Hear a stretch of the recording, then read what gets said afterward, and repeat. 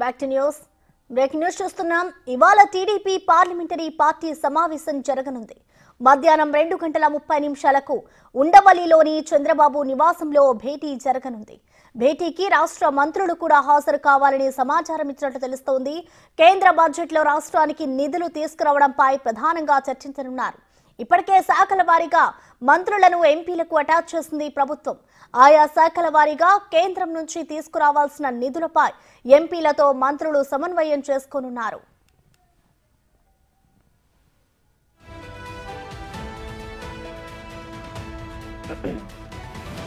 ఇవాళ TDP parliamentary party సమావేశం జరగనుంది. మధ్యాహ్నం 2:30 ఉండవల్లిలోని చంద్రబాబు నివాసంలో భేటీ జరగనుంది.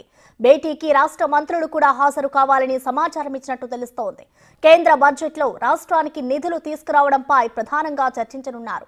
ఇప్పటికే శాఖల వారీగా మంత్రులను ఎంపీలకు అటాచ్ చేసింది ప్రభుత్వం.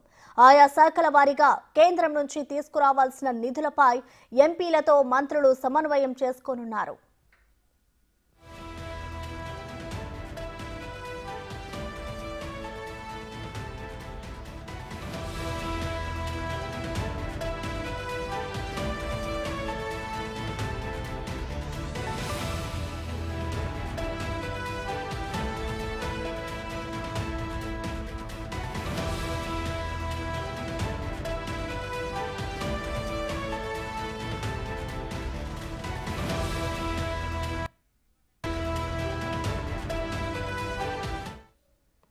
ఈ భేటీకి సంబంధించిన మరింత సమాచారాన్ని మా ప్రతినిధి శివ లైవ్ ద్వారా అందిస్తారు. శివ, చెప్పండి, మధ్యాహ్నం జరగబోయే ఈ భేటీకి సంబంధించిన డీటెయిల్స్ ఎలా ఉన్నాయి? అలాగే ఈ భేటీకి ఎవరెవరు హాజరయ్యే అవకాశం కనిపిస్తుంది? శివ,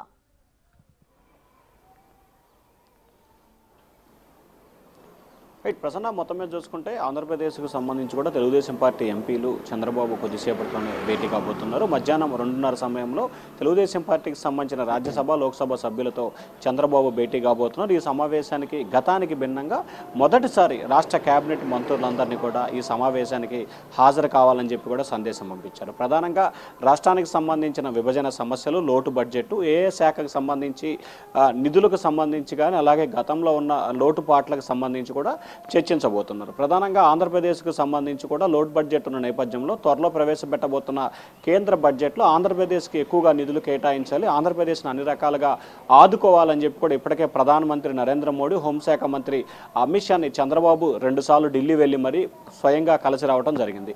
ఈ నేపథ్యంలో 23వ తేదీ నుంచి జరగబోతున్న పార్లమెంటు సమావేశాలకు సంబంధించి కూడా కేంద్రానికి సంబంధించి రాష్ట్రానికి రావాల్సిన నిధులకు సంబంధించి కూడా చంద్రబాబు ఎంపీలకి దిశానిర్దేశం చేయబోతూ ఉన్నారు. ప్రధానంగా చూసుకుంటే ఆ నియోజకవర్గం, ఆ జిల్లాకి సంబంధించిన పెండింగ్ ప్రాజెక్టులు, నిధులు, అలాగే కేంద్రం నుంచి రావాల్సిన అంశాలకు సంబంధించి ఆ జిల్లాకు సంబంధించిన మంత్రి అలాగే ఆ పార్లమెంటుకు సంబంధించిన ఎంపీ ఇద్దరు కూడా సమన్వయం చేసుకుంటూ ఏ స్థాయిలో పెండింగ్ ఉన్నాయి, ఏ రకంగా అభివృద్ధి ప్రణాళికలు రూపొందించాలి అనే దానికి సంబంధించి కూడా ఈ సమావేశాలను దిశానిర్దేశం చేయబోతున్నారు.